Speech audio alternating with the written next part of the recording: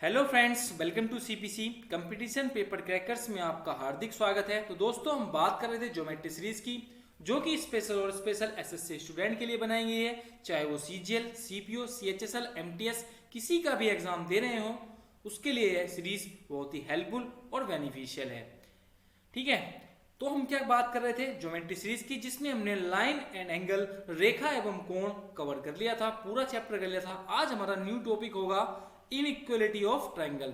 ठीक है, inequality of triangle start करने से पहले अगर आपने हमारा चैनल सब्सक्राइब नहीं किया है तो प्लीज हमारे चैनल को सब्सक्राइब कीजिएगा और बेल आइकन का बटन जरूर दबाइए, जिससे कि आने वाली लेटेस्ट वीडियो आपको सबसे पहले मिले और जिनका आप एग्जाम में बहुत अच्छी तरीके से या बेहतरीन तरीके से लाभ उठा पाए।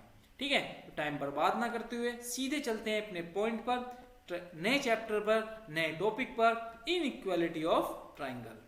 किस पे चल रहे हैं? Inequality of triangle. अब हम बात करते हैं ट्रायंगल की, कि त्रिभुज, इसे हिंदी में क्या कहते हैं? त्रिभुज कहते हैं। क्या कहते हैं? त्रिभुज। त्रिभुज क्या होता है कि तीन भुजाओं से घिरी बंद आकृति को क्या कहते हैं? क्या कहते हैं? त्रिभुज कहते हैं। क्या कहते हैं? त्रिभुज। कि तीन भुजाओं से घिरी बंद आकृति को त्रिभुज कहते हैं। और त्रिभुज के तीनों कोणों का योग कितना होता है? 180 डिग्री होता है। इसके तीन ही इंटीरियर एंगल होते हैं, तीन ही क्या होंगे? इसके एक्सटीरियर एंगल होंगे, और तीन ही इस पर परपेंडिकुलर डलेंगे या लंब डलते हैं। तो क्या होगा? आपको ध्यान रखना है कि तीन ही इसमें क्या होते हैं? इंटीरियर एंगल होते हैं, तीन ही इस पर एक्सटीरियर एंगल होते हैं, और तीन ही क्या होते हैं? इसके परपेंडिकुलर डलते हैं या इस पर लंब पड़ते हैं। ठीक है, तो ये बात आपको ध्यान रखनी है कि तीन भुजाओं से घिरी बंद आकृति को क्या कहते हैं? त्रिभुज कहते हैं। और त्रिभुज के तीनों कोणों का योग कितना होता है? 180 डिग्री होता है। ठीक है, अब हम बात करते हैं त्रिभुज के प्रकार की।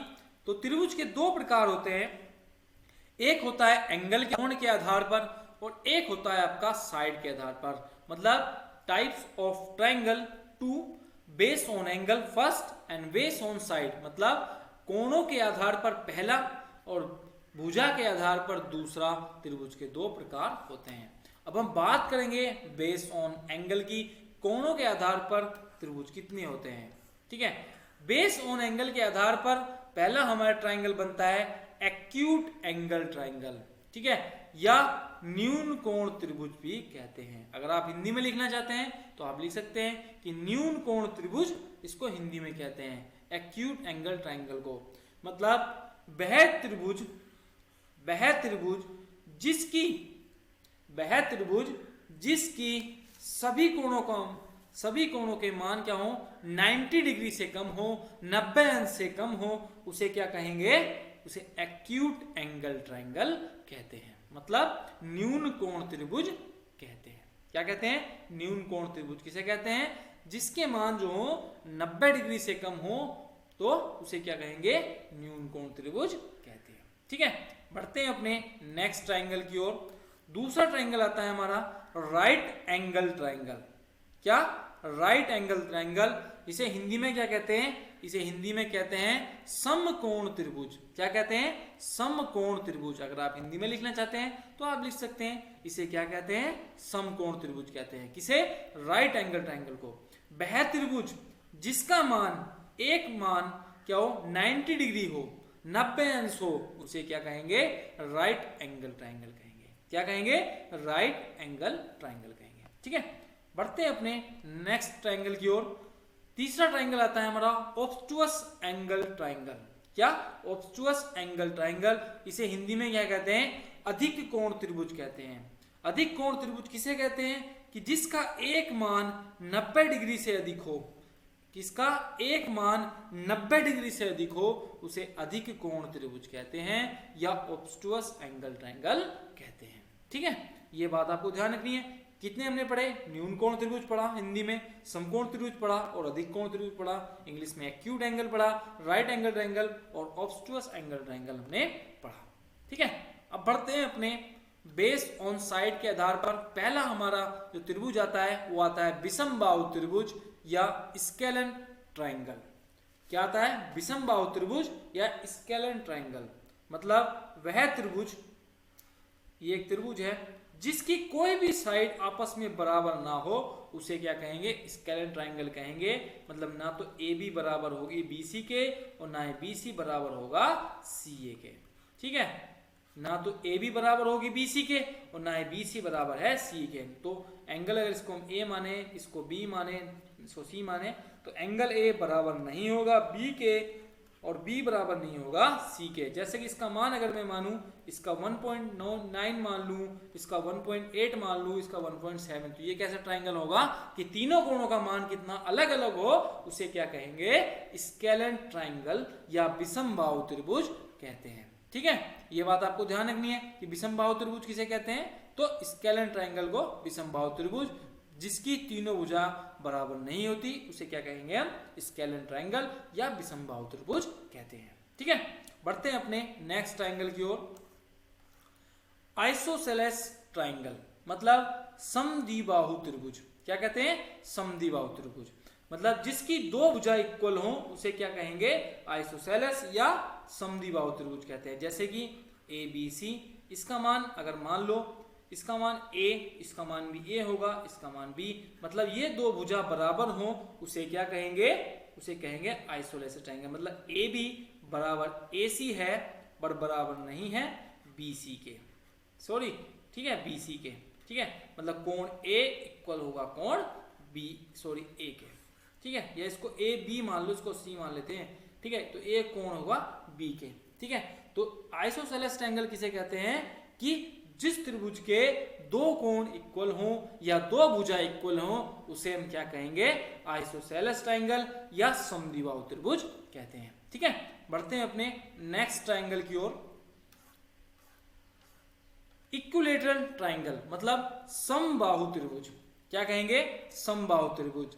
इसके लिए आपको ध्यान रखना है कि जिस त्रिभुज की तीनों भुजा बराबर हो, जिस त्रिभुज की तीनों भुजा बराबर हो उसे क्या कहेंगे, इक्विलैटरल ट्राइंगल या समबाहु त्रिभुज कहते हैं। मतलब जिसमें ए बी बराबर ए सी, ठीक है, ए बी बराबर ए सी बराबर क्या होगा, बी सी हो। मतलब कोण ए बराबर कोण बी बराबर कोण सी क्या होगा, समबाहु त्रिभुज होगा। और समबाहु त्रिभुज के प्रत्येक कोण का मान कितना होता है, 60 डिग्री होता है। ये बात आपको ध्यान रखनी है कि कोण ए बराबर कोण बी बराबर कोण सी बराबर कोण 60 डिग्री। तो इक्विलैटरल ट्राइंगल क्या होता है कि त्रिभुज जिसके तीनों कोणों के मान या तीनों भुजा इक्वल हो या बराबर हो उसे क्या कहेंगे, इक्विलैटरल ट्राइंगल या समबाहु त्रिभुज कहते हैं। ठीक है, इसके प्रत्येक कोण का मान कितना होता है, उसका मान होता है 60 डिग्री। ठीक है, बढ़ते हैं अपने, अब हम बात करते हैं एरिया ऑफ ट्राइंगल की। किसकी बात करते हैं, एरिया ऑफ ट्राइंगल की। तो त्रिभुज का जो क्षेत्रफल अगर हम निकालेंगे, जैसे कि ये त्रिभुज है, ठीक है, ए बी सी, इस पर मैंने परपेंडिकुलर डाल लिया, मतलब लंब डाल लिया H1। क्या डाल लिया, H1 हमने डाल लिया इसमें परपेंडिकुलर, या AD जो है लंब है BC पर। ये बात आपको ध्यान रखनी है। तो ट्राइंगल का जो एरिया होता है, क्या होता है, एरिया वो होता है 1/2 बेस इंटू हाइट। ठीक है, कितना होता है, बेस इंटू हाइट। मतलब त्रिभुज का जो क्षेत्रफल होता है वो आधार 1/2 आधार गुणा ऊंचाई होता है। हिंदी में क्या होता है, 1/2 आधार गुणा ऊंचाई। और इंग्लिश में एरिया बराबर 1/2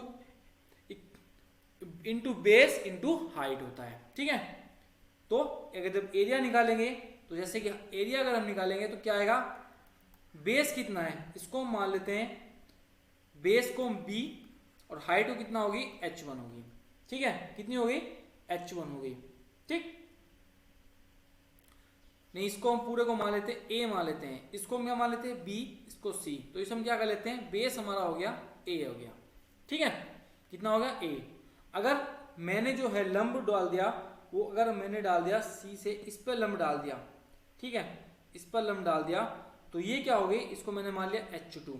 ठीक है, तो 1/2, ठीक है, अगर एरिया निकालूंगा इसका तो 1/2 CH2, ठीक है, मतलब बेस गुना हाइट। अगर मैंने इसको बेस माना, फिर अगर मैंने इसको बेस माना और इस पर लंब डाल दिया तो ये आएगा H3, ये आएगा आपका, तो 1 गुणा BH3, कितना H3।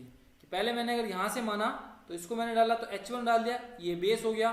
फिर मैंने यहां से बेस डाला तो H2 आ गया, और यहां से डाला तो H3 आ गया, ठीक है। मतलब ये मैं ये भी कह सकता हूं कि 1H1 बराबर 1H2, ठीक है,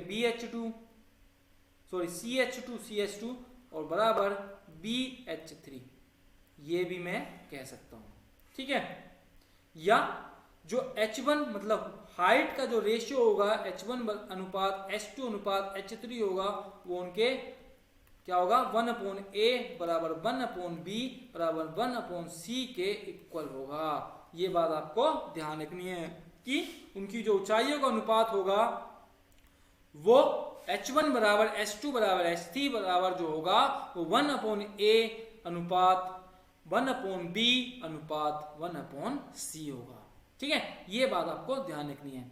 किसकी बात ध्यान रखनी है? एरिया ऑफ ट्राइंगल में ये बात आपको ध्यान रखनी है कि एरिया का जो सूत्र होता है वो बेस इंटू हाइट होता है, ठीक है।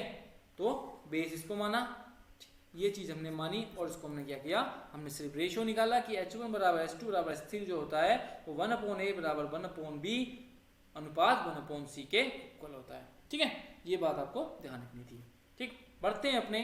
अब अगर किसी ट्राइंगल में परपेंडिकुलर ना दिया हो, ना परपेंडिकुलर दिया हो ना ही क्या हो, जैसे कि सपोज मानो, देखते हैं, ये हमारा एक त्रिभुज है,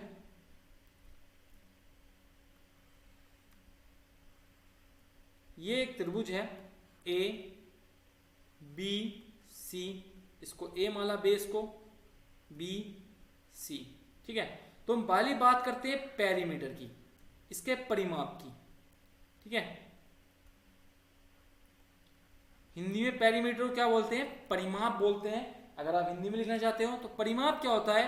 तीनों भुजाओं का योग, मतलब A plus B plus C। परिमाप क्या होता है? तीनों भुजाओं का योग, कोण A प्लस कोण B प्लस कोण C क्या हो जाएगा? परिमाप हो जाएगा। क्या हो जाएगा? परिमाप हो जाएगा, ठीक है। लेकिन एग्जाम में क्या पूछा जाता है? अधिकतर जो क्वेश्चन पूछे जाते हैं वो किससे पूछे? अर्ध परिमाप से पूछे जाते हैं, मतलब सेमी पेरीमीटर से पूछे जाते हैं। सेमी पेरीमीटर, ठीक है। तो सेमी पेरीमीटर मतलब अर्ध परिमाप, इसको हिंदी में कहते हैं। वो क्या होगा कि A plus B plus C क्या होगा? इसके आधा हो जाएगा। तो सेमी पेरीमीटर क्या हो जाएगा? अर्ध परिमाप कितना होता है? A plus B plus C upon 2 होता है, ठीक है। परिमाप क्या होता है? A plus B plus C होता है, और सेमी पेरीमीटर क्या होता है कि A plus B plus C बटे 2 होता है, ठीक है। ये बात आपको ध्यान रखनी है। अगर ना तो क्या हो, एक ट्राइंगल हो, एरिया हमें निकालना हो और उसमें क्या हो, भुजा ना दी हो, ठीक है, मतलब भुजा दी हो और उस पर परपेंडिकुलर ना हो, तो अगर हम एरिया निकालेंगे तो हम कैसे निकालेंगे?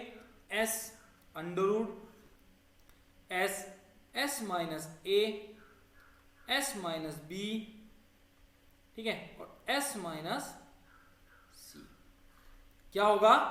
S minus A S minus B S minus C, और इसी को हम क्या कहते हैं? हीरोन्स फॉर्मूला भी कहते हैं, ठीक है। क्या कहते हैं? हीरोन्स फॉर्मूला कहते हैं, ठीक है। क्या कहते हैं? हीरोन्स फॉर्मूला कहते हैं। तो हमने क्या निकाला? हमने पैरामीटर निकालना सीखा कि A plus B plus C त्रिभुज का परिमाप क्या होता है? A plus B plus C होता है। और त्रिभुज का अर्ध परिमाप या सेमी पैरामीटर क्या होता है? A plus B plus C by 2 होता है। और एरिया हमने सीखा कि जो उसका हीरोन्स फॉर्मूला है, जब परपेंडिकुलर ना हो, गिवन ना हो हमारे पास, तो हम क्या करेंगे? तो हम एरिया का सूत्र लगाएंगे या रूल लगाएंगे, S minus S under root S minus A S minus B और S माइनस C। इसको क्या कहते हैं?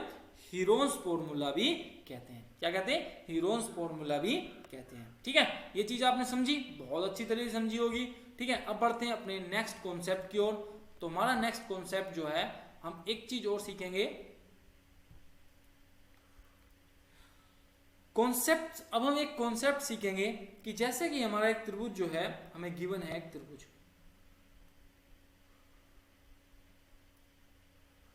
ए बी सी, इसको हमने कोण ए माना, इसको कोण बी माना, इसको कोण सी माना। ठीक है, तो इसमें क्या सीखना है, इसमें हमें क्या होना है, इसमें क्या पता करना है कि जो कोण अगर कोण बी के सामने की क्या साइड भी क्या होगी, अगर कोण बी सबसे लार्जेस्ट कोण होगा तो उसकी साइड, उसके सामने की जो भुजा होगी वो भी क्या होगी, सबसे बड़ी होगी। जिस कोण की भुजा, जैसे सपोज माना जिस कोण में भुजा क्या होगी, सबसे कम होगी या स्मॉलेस्ट कोण होगा, उसके सामने की जो भुजा होगी वो भी क्या होगी, सबसे छोटी होगी। मतलब जैसे कि इसको हमने सबसे बड़ी माना, ठीक है, इसको हमने क्या माना, कोण बी बराबर कैसा है, लार्जेस्ट कोण है, तो इसके सामने क्या है, AC है, ये क्या है, AC।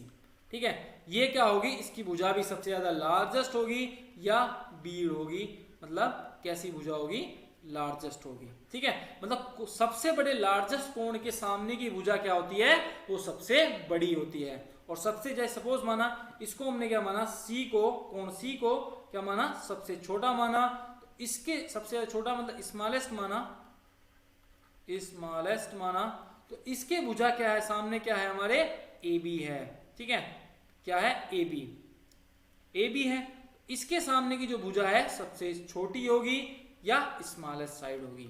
तो हमें याद क्या रखना है, हमें याद ये रखना है कि जिस कोण के, त्रिभुज के जिस कोण के सामने की भुजा, कोण सबसे बड़ा है तो उसके सामने की जो भुजा होगी वो भी सबसे बड़ी होगी। अगर कोण छोटा है, ठीक है, तो उसके सामने का जो भुजा होगी या साइड होगी वो भी कैसी होगी, सबसे छोटी होगी। ठीक है, ये कॉन्सेप्ट आपको ध्यान रखना है। कैसा, कि कोण सामने है तो भुजा कैसी होगी, वो भी भुजा बड़ी होगी, अगर कोण छोटा है तो भुजा उसके सामने कैसी होगी, छोटी होगी। ठीक है, बढ़ते हैं अपने नेक्स्ट, एक क्वेश्चन लेते हैं इसी तरह का। ठीक, ये हमारा क्वेश्चन है, ये क्वेश्चन जो है ये SSC CPO में क्वेश्चन आया था कि if ABC is a triangle in which कोण B जो है आपका एंगल B वो बड़ा है C से, then which one of the following true. मतलब यदि ABC त्रिभुज है, क्या ABC, ऐसा मतलब ये ABC है कि ABC क्या है आपका, एक हमें फिगर दी हुई है, ABC एक त्रिभुज है, इसमें मान है 60, ठीक 60 मान है, ये A है, ये B है, ये C है। मतलब ABC एक त्रिभुज है जिसमें जो एंगल B है वो बड़ा C एंगल से बड़ा है, तो उनमें से जो कथन कौन सा होगा, सही होगा। ये हमें ऑप्शन गिवन थे, ये क्वेश्चन मैंने नहीं बनाया, ये क्वेश्चन CPO में क्वेश्चन आया था और मेरा जो कॉन्सेप्ट है उसी के आधार पर मैं इसको रखा है। तो आप अच्छी तरह समझना कि पहले तो हमें पता होना चाहिए, मैंने एक फिगर, अलग एक फिगर बना ली, ठीक है, ABC, ठीक है, ये हो गया ABC, ठीक है। तो त्रिभुज के तीनों कोणों का योग कितना होता है, वो होता है 180 डिग्री। ये हमें पता है कि बेसिकली हमें क्या पता है कि त्रिभुज के तीनों कोणों का योग 180 डिग्री होता है, ठीक है। तो जब एक 60 डिग्री योग हो गया तो बचे कितने, कोण B हमारे पास प्लस कोण C का जो सम बचेगा वो कितना बचेगा, 120 डिग्री बचेगा। इतना ही तो बचेगा ना कि त्रिभुज के तीनों कोणों का योग 180 डिग्री होता है, तो कोण B प्लस कोण C का मान जो होगा वो 120 डिग्री होगा। अब इसमें जो गिवन है हमारे पास कि कोण B कोण C से बड़ा है, क्या है, कोण B जो है कोण C से बड़ा है। अगर ये मैं इसको माना कि त्रिभुज के तीनों कोणों का बचा कितना हमारे पास 120 है, अगर मैं इसको 61 मान लूं, इसको 59 मान लूं, तो क्या हो जाएगा, इसका मान भी कितना हो जाएगा, 120 डिग्री हो जाएगा। मतलब अगर मैं इस कोण को 61 मान लूं और इस कोण को 59 मान लूं, तो क्या हो जाएगा, त्रिभुज के तीनों कोणों का योग 180 डिग्री हो जाएगा, ठीक है। इतनी बात हमें पता करनी है। तो हमें क्या पता चला, अगर मैं इसकी, ये सबसे ज्यादा बड़ा कोण है, इसका मान कितना आ गया, 61 आ गया, तो इसके सामने भुजा कौन सी है, B है, तो कोण B सबसे बड़ा होगा, ठीक है, कोण B सबसे बड़ा होगा। अब सबसे छोटा उसके बाद कौन है, 60 डिग्री ये है, इसके सामने क्या है, ये है, तो कोण A उसके बाद होगा, और उसके बाद सबसे छोटा कोण क्या है, 59 डिग्री का, ये कितना है आपका, ये C होगा। तो ये ऑप्शन हमारा C जो होगा इज द राइट आंसर होगा। ठीक है, तो आपको ये हमारे बेसिक कॉन्सेप्ट थे जो हमने सीखे। आपको ये वीडियो कैसी लगी हमें कमेंट बॉक्स में जरूर बताएं। वीडियो देखने के लिए थैंक्स फॉर वॉचिंग। फिर मिलते हैं। जय हिंद, जय भारत।